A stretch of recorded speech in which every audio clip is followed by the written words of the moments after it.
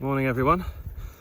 Inktober day 4, and I've brought you on my run this morning. I'm going to draw a tree.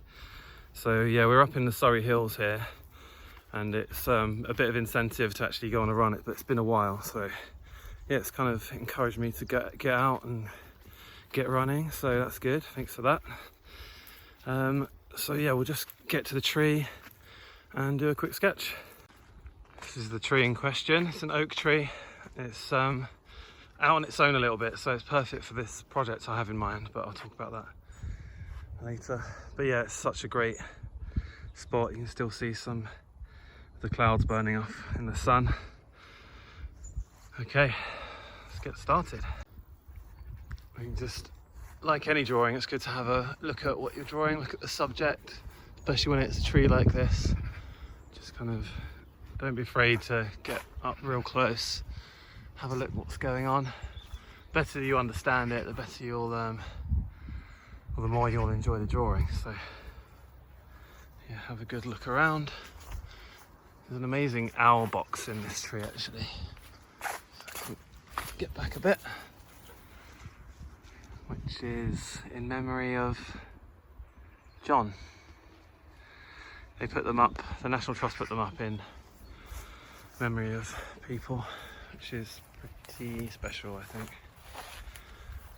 Yeah, beautiful tree.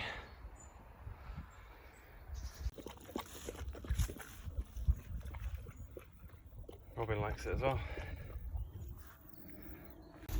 So the project I've got in mind for this tree, something I've been wanting to do for a while, is essentially I'll create an animation. So I'll draw over the period probably of a year, I think.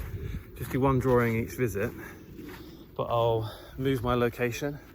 So I'm currently just scoping out a clear circle around the tree so that I can take a side step every time I return for the next drawing, and I'll mark it with this bit of chalk.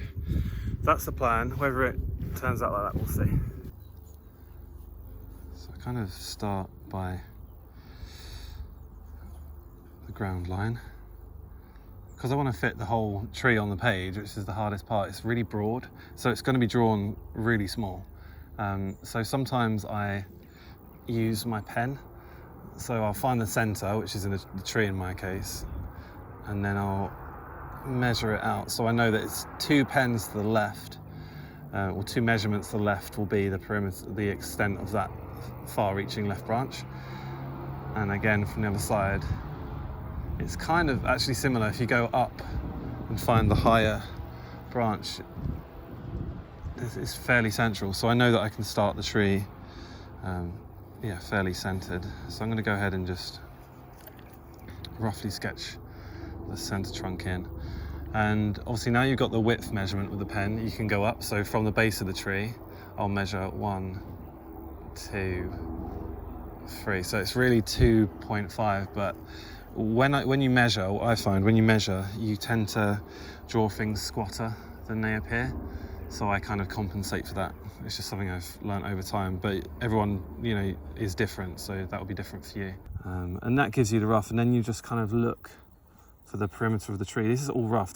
Can all change. So in most drawings, nothing's precious, which helps the process of creation, really. And that's pretty much all the measuring I'll do, especially on a drawing this size. So yeah, because I want to keep these quick, I'm going to start with kind of the gesture. So you're looking for the main branches in the tree, seeing what they're doing, their angles. So that's what I'll do. The foliage is concealing at the moment. Eventually, obviously, as the season passes, you'll see more and more structure, and it's less forgiving. It's much harder to draw a tree in the winter. But I'm trying to keep this really loose to show that, for time, and also it's kind of more fun, really. This tree has got loads of character, so I'm trying to capture that in the drawing as well. I'm trying to film it stood up, so a little bit tricky. So if you can't see it, then forgive me. I'm hoping it's fairly centered for you.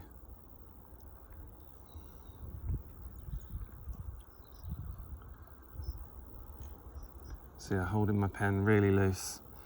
Tight lines don't really work with trees.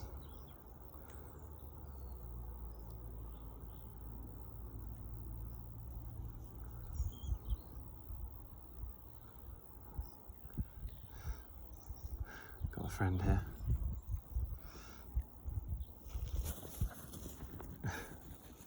Morning.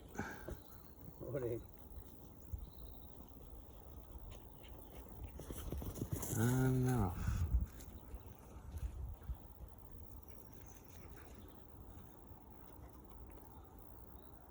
Robin's gone off to have some fun.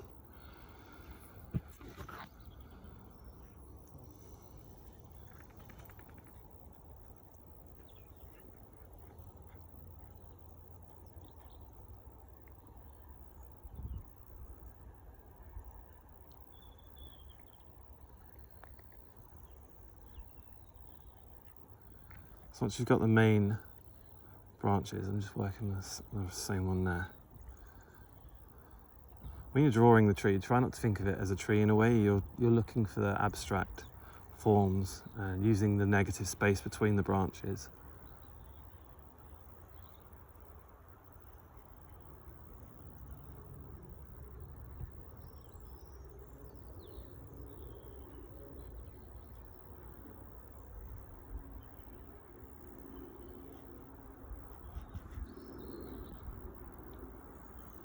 I wasn't intending on drawing a shadow, just because the shadow on the ground anyway, just because the project I have in mind for this. But we'll see how it's really tempting. Because I want this to be an animation, eventually, the shadow will give, it could be really interesting, couldn't it? I don't know what to do, maybe I'll draw it in. Let's see. So this branch I've drawn in a little bit too high, I'm just gonna draw it again, but more dominant. Don't be afraid to make these corrections. It's just kind of foliage over this main part here. You can just catch a glimpse of the trunk going through. Some lovely shadows of the leaves on the trunk there. But the left side of the tree is really quite dark and in shade because our light source is obviously to our right. Almost fell over then.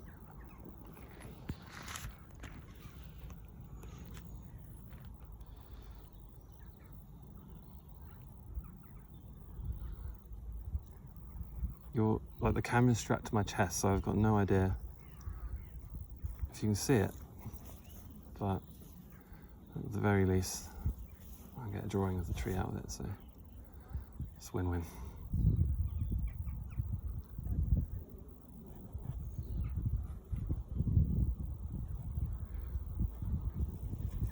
Yeah, this is really about capturing the gesture of the tree. I'm not going for immense amounts of accuracy here.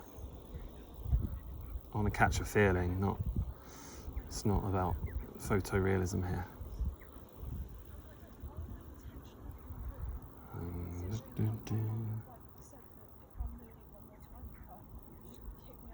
And I think there's a private phone conversation, so don't listen in. I did the exact same thing. Or I just took myself away and I said, Mum, look, I just need a moment just to calm down.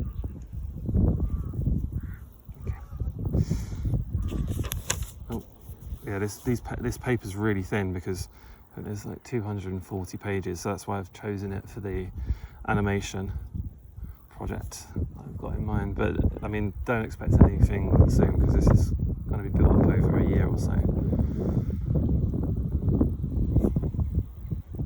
So I should be really good at drawing this tree eventually.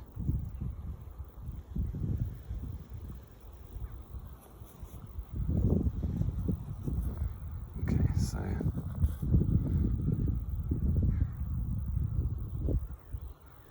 adding a little bit more in terms of tone now. It's tricky. Trees are difficult because it's intimidating to commit because there's so much complexity going on within it. But I think here, the way I just simplify get the most dominant branches.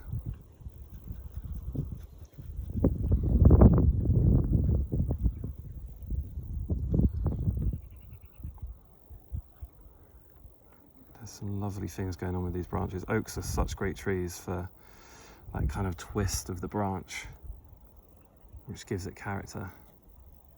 I think oak is probably my favourite tree, but then I do love chestnuts because they twist. And yews as well, yews are really impressive. Maybe I don't have a favourite. So the lower branches, especially towards the inside of the trunk, will tend to be darker.